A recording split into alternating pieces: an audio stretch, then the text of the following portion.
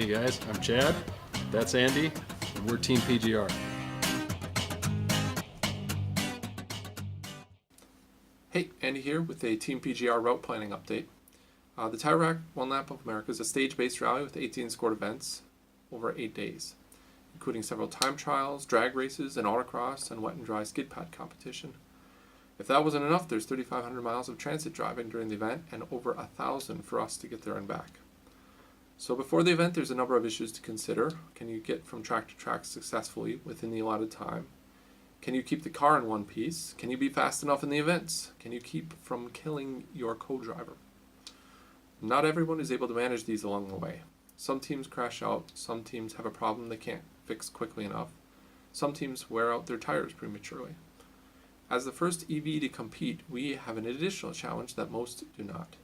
Can we keep the car charged through the nearly 5,000 miles of total transit and track driving? Some other cars do use less widely available fuels, so they also have a similar challenge, as no support vehicles are allowed in the one lap.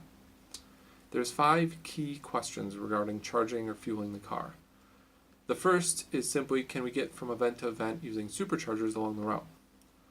Although not everyone is aware, this one is pretty easy. The supercharger network in the US along the major highways is quite extensive now, and racetracks tend to be along these roads. Number 2, can we charge optimally before we get to the track events? By carefully selecting where and when we sleep, we can get destination charging near each track. So we start with 90% or so for the first event of the day, but not 100% so that regen in track mode still works. Number 3, can we charge for the individual track sessions at or near the track? This is going to be tougher because while some tracks do have some sort of plug we can use, many of them are low power. A few of the tracks have a supercharger near enough that we can go charge up quickly. In the case of the autocross, we're going to have to try to drive to the track, do the event, and then to the next supercharger, all without running out. This might be our biggest charging challenge, and it's on the first day.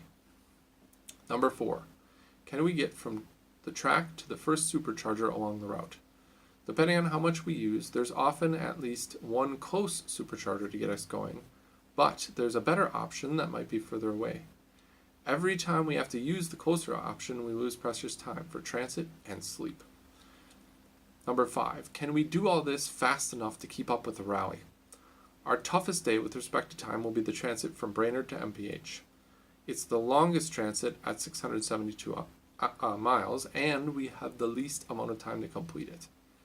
In addition, we can't take the shortest route because of the lack of charging capabilities. There won't be much sleep this night. We think we can overcome these challenges, but some of our competitors are not so sure.